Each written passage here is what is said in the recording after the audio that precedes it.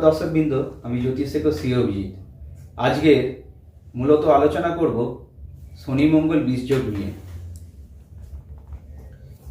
দর্শকবৃন্দ, এই শনি মঙ্গল বীজযোগ একটা অশুভ যোগ। শনি গ্রহ ঠান্ডা গ্রহ। শনি গ্রহ পৃথিবী থেকে অনেক দূরে অবস্থান করে। শনির মধ্যে স্থিরতা, জড়তা, ঠান্ডা এই গুণ ধর্মগুলো দেখা যায়। অর্থাৎ শনি গ্রহ এক কথায় ধীর ঠান্ডা গ্রহ বলা যেতে পারে।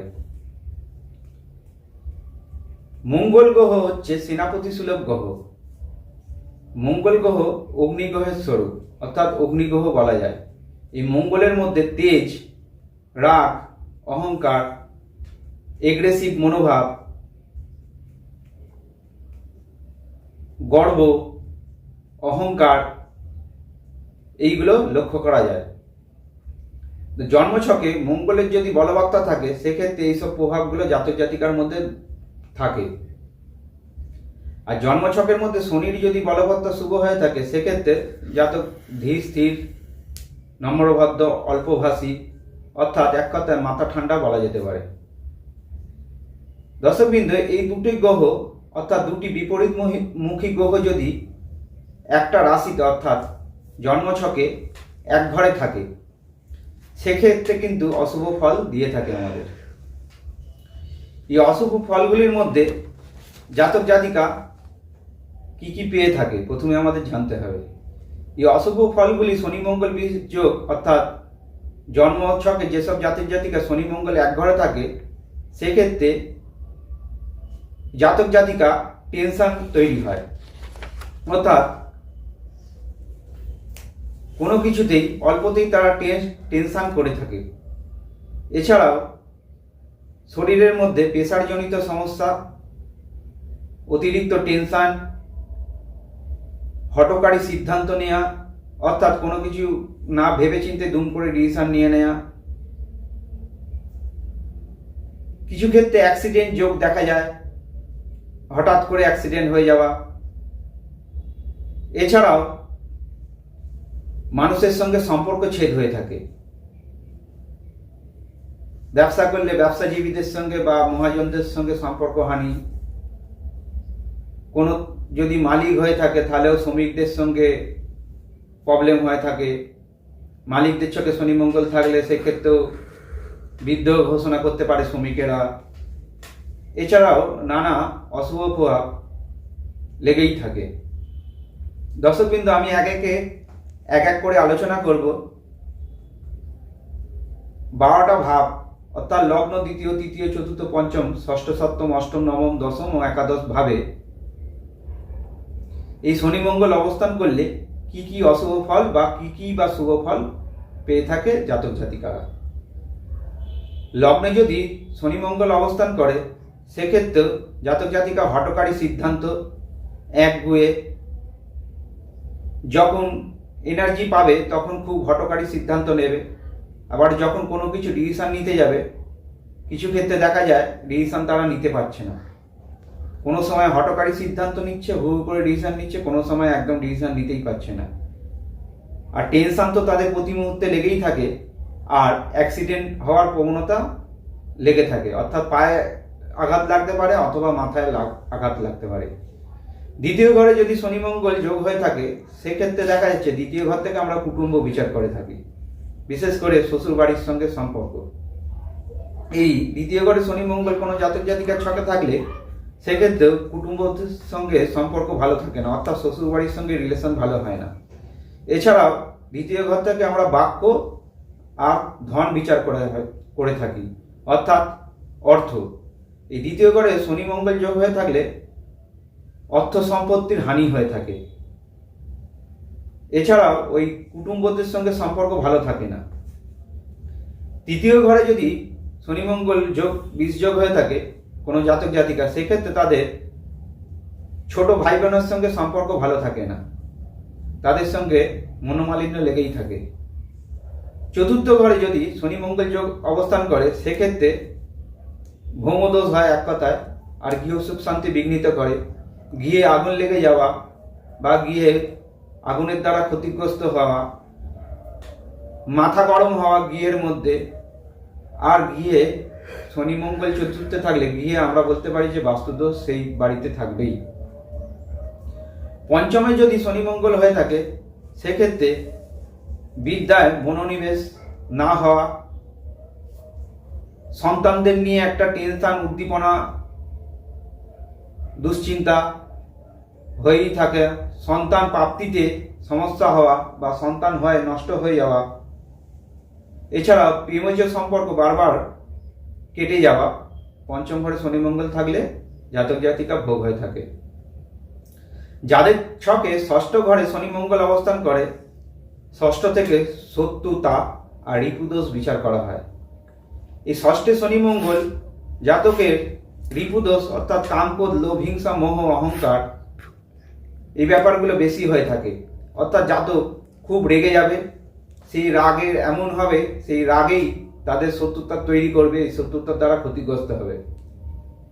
এছাড়াও ষষ্ঠ ঘরে বড় ধরনের অ্যাক্সিডেন্ট আর বড় ধরনের রোগ, বিশেষ করে টিউমার বা লিভারের কোনো প্রবলেম, আলসার, প্যানক্রিয়াটিস এই ব্যাপারগুলো হয়ে থাকে। আর শত্রুতার তো সম্পর্কে তাদের লেগেই থাকে। ষষ্ঠ ঘরে শনি মঙ্গল যোগ। সপ্তম ঘরে শনি মঙ্গল যোগ মূলত বিবাহিত জীবনকে কেন্দ্র করে অশুভ প্রভাব দেয়। সপ্তমে শনি মঙ্গল যোগ বিবাহিত জীবনে সুখ শান্তি তাদের একদমই থাকে না, বিবাহিত জীবনে ডিভোর্স হওয়ার সম্ভাবনা প্রবল হয়ে থাকে। এছাড়া যদি হাজব্যান্ড হয়ে থাকে তাহলে স্ত্রীর, আর স্ত্রী হয়ে থাকলে হাজব্যান্ডের শরীর স্বাস্থ্যের প্রবলেম আর তাদের অপারেশন এই সমস্যা সংক্রান্ত সমস্যায় তারা ভুগবেই। অর্থাৎ কোনো জাতক জাতিকার ছকে সপ্তমে শনি মঙ্গল হাজব্যান্ড অথবা স্ত্রীর শরীর স্বাস্থ্য অশুভ প্রভাব ডেকে নিয়ে আসবে, শরীর তাদের ভালো থাকবে না, আর দীর্ঘমেয়াদী ব্যাধি, উক্ত ব্যাধিতে তাদের অপারেশন হওয়া নির্দেশ করছে। অর্থাৎ ওই গল ব্লাডার, টিউমার এইসব জাতীয় তার হাজব্যান্ড বা স্বামী স্ত্রীর হয়ে থাকে। অষ্টমে শনি মঙ্গল যোগ থাকলে জাতক জাতিকার অ্যাক্সিডেন্ট, ভয়াবহ অ্যাক্সিডেন্টের ঘটনা লেগেই থাকে। এই অ্যাক্সিডেন্টে অঙ্গহানি পর্যন্ত হতে পারে। এছাড়া কোনো কিছু ন্যায্য প্রাপ্তি থেকেও তারা বঞ্চিত হয়ে থাকে। আর বিবাহিত জীবনে সুখ শান্তি তো নষ্ট করবেই অষ্টমে শনি মঙ্গল যোগ, সঙ্গে কোর্ট কাছারি, মামলা মোকদ্দমা তাদের লেগেই থাকে। অর্থাৎ কোর্ট কাছারি, মামলা যদি বিবাহিত জীবনে একবার হয়ে থাকে সেক্ষেত্রে তার নিষ্পত্তি সহজে হয় না, এগুলো চলতেই থাকে। এই মামলা তাদের নিষ্পত্তি হতে প্রচুর সময় লেগে যায়। ভাগ্যস্থানে যদি অর্থাৎ নবম ঘরে যদি শনি মঙ্গল কোনো জাতক জাতিকার হয়ে থাকে সেক্ষেত্রে জাতক জাতিকা প্রতিনিয়ত একটা টেনশন, প্রতিনিয়ত তার ভাগ্যহানি, প্রতিনিয়ত কিছু ঝামেলা ঝঞ্ঝা অশান্তি লেগেই থাকে। আর পিতার শরীর স্বাস্থ্য খুব একটা ভালো থাকে না, পিতারও অ্যাক্সিডেন্ট, পিতারও মনোমালিন্য, টেনশন লোকেদের সঙ্গে হয়ে থাকে।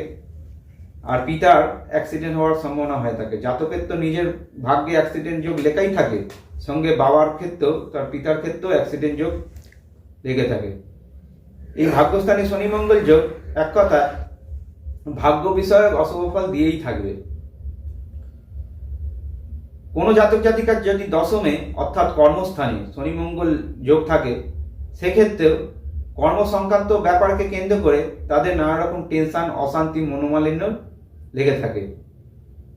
যদি কর্মক্ষেত্রে যদি কোনো জাতক চাকরি করে সেক্ষেত্রে বসেদের সঙ্গে সমস্যা, মনোমালিন্য লেগে থাকে, চাকরি উন্নতিতে বাধা হয়, ঘন ঘন হঠকারী সিদ্ধান্তের জন্য ফট করে চাকরি ছেড়ে দেওয়া, এইসব সংক্রান্ত সমস্যাও লক্ষ্য করা গেছে।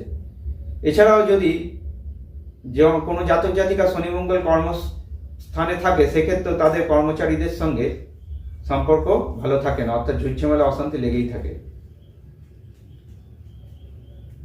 দর্শকবৃন্দ, একমাত্র একাদশ ঘরে শনি মঙ্গল জাতক জাতিকার প্রভূত পরিমাণে অর্থ উপার্জনের যোগ তৈরি করে।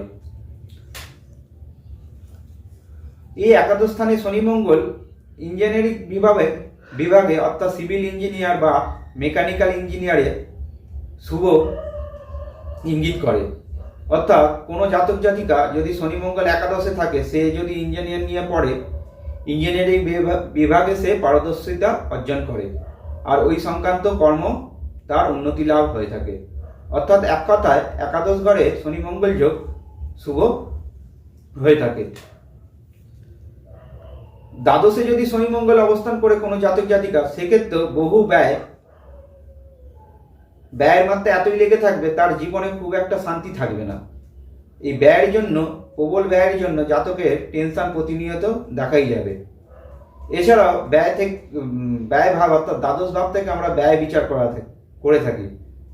কোনো জাতক জাতিকা দ্বাদশে যদি শনি মঙ্গল অবস্থান করে, সেক্ষেত্রে তাদের অনিয়ন্ত্রিত ব্যয়, অর্থাৎ ব্যয়ের কোনো নিয়ন্ত্রণ থাকে না, আর ব্যয়ের অসামঞ্জস্য ব্যয় লেগেই থাকে তাদের। আপনি কোনো যদি জমানোর চেষ্টা করেন, কোনো টাকা ধরুন 10,000 টাকা আপনি জমাবেন, চেষ্টা করবেন এই টাকাটা আমি ফিক্সড ডিপোজিট করব। কোনো জাতক জাতিকার যদি দ্বাদশে শনি মঙ্গল যোগ থাকে, তাহলে ওই যে চিন্তা ভাবনাটা আপনারা বাস্তবে পরিণত হবে না। কোনো কারণবশত কোনো সহসা প্রবলেম এসে সেই টাকাটা বেরিয়ে যাবে, এক্ষেত্রে সঞ্চয়ে কিন্তু প্রবলেম হয়ে থাকে।